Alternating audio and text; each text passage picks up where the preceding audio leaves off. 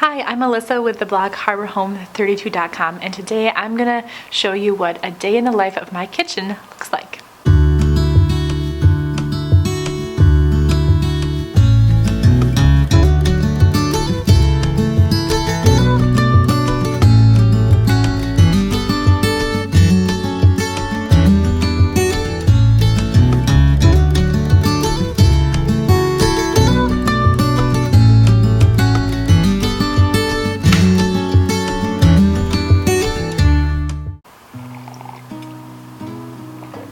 It is a super cold day here in Minnesota. I think it's like -9.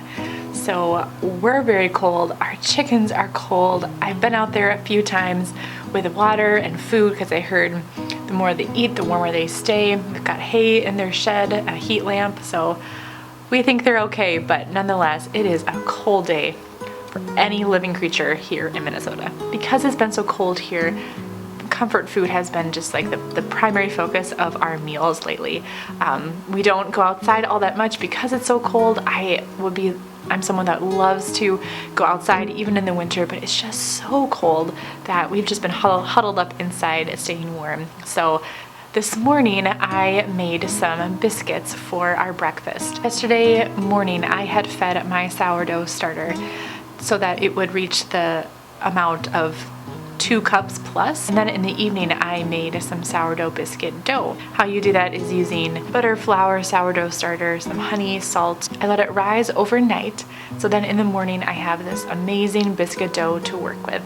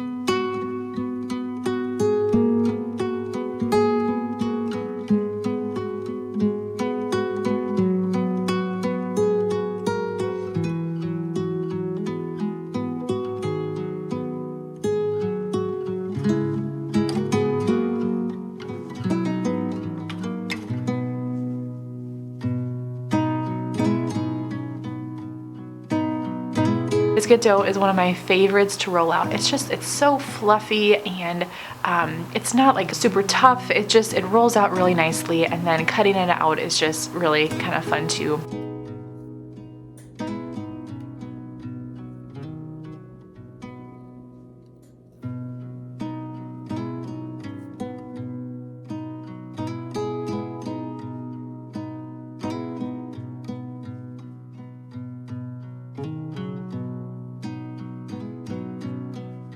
So for breakfast we had some biscuits, some eggs, some bacon.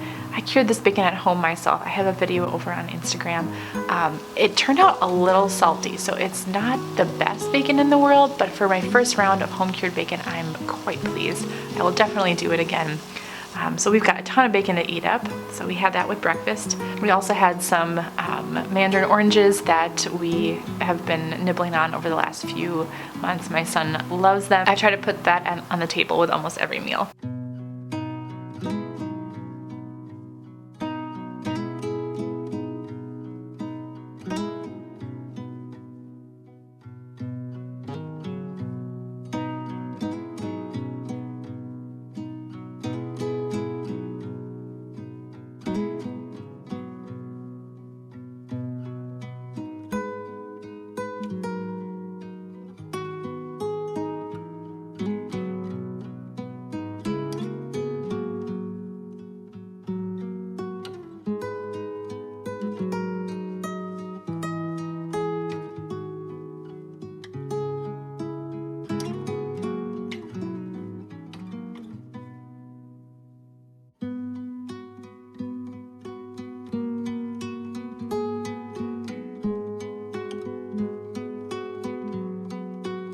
Then for lunch, we had some leftover homemade chicken noodle soup. It was really delicious.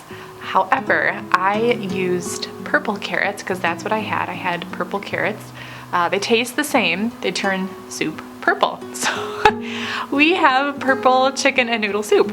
Now, it's still delicious. It's so sweet. Those carrots that we got, oh my gosh, they were just the most natural carrots I've ever had because they came with big chunks of dirt on them, so I just knew that they were fresh out of the ground wherever they came from.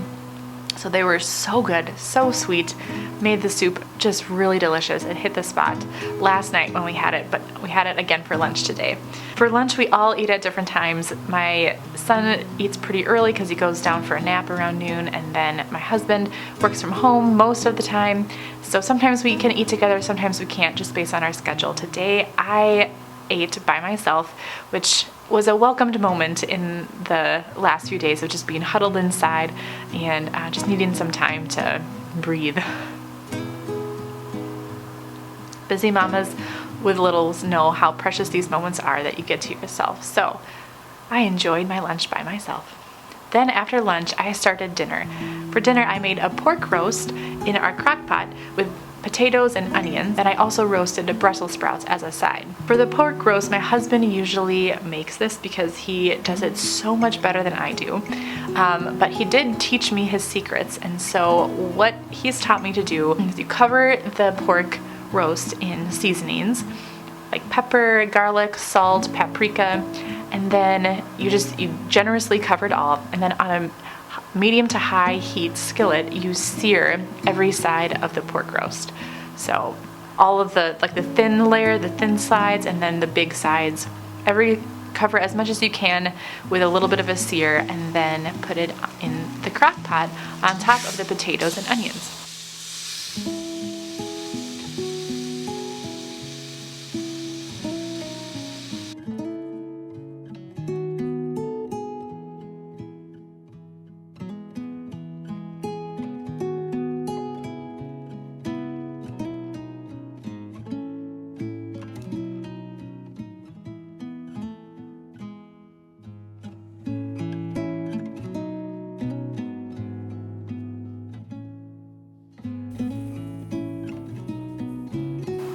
Then I poured a little water in just so it doesn't stick. It usually isn't a problem because the meat is so juicy that there's plenty of liquid in there when it's cooking, but it's nice to have a little bit of water in there anyway.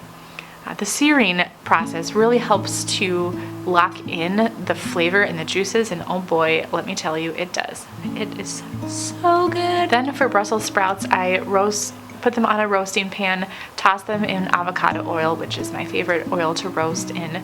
It just gives everything a really nice crisp. And then sprinkle it with a little bit of salt, a little herb salt, roast it at 425 for 20 minutes, and you've got some pretty good roasted Brussels sprouts.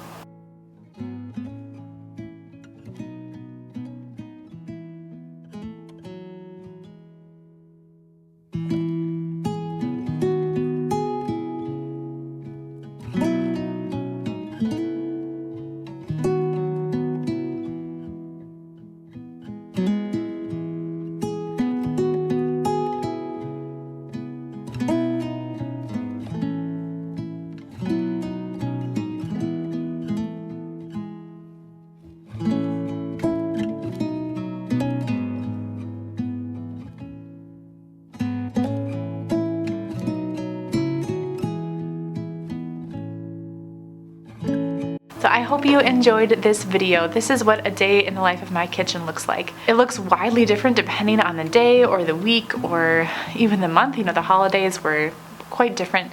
But these are some of the things that are just my favorite. We love soups. Making soups is one of the best ways to have just really good nutrients and to be gluten-free and dairy-free, which I try to do to the best of my ability. And with homemade bone broth, you just really can't go wrong. It is so good, so filling and nutritious. I do have a video that I've made recently about how to make your own homemade bone broth. I will put it up there in the card. And sourdough. I love making sourdough products. I don't know if I mentioned this on this channel before, but I really do. I've got a few posts on my blog about the benefits of sourdough, and then also a bread recipe on a cinnamon raisin artisan bread recipe. I maybe will make some videos in the future about how to make your own sourdough starter, because it has really changed the way I cook in the kitchen as far as making our own breads. Thank you again for watching this video. If you are new to HarborHome and want to know more about what we're about, check out our channel homepage and then also subscribe so you don't miss out on any upcoming videos on whole food cooking, simple living, and hospitality. Thank you so much for ringing the doorbell at 32 Haverhill. Bye!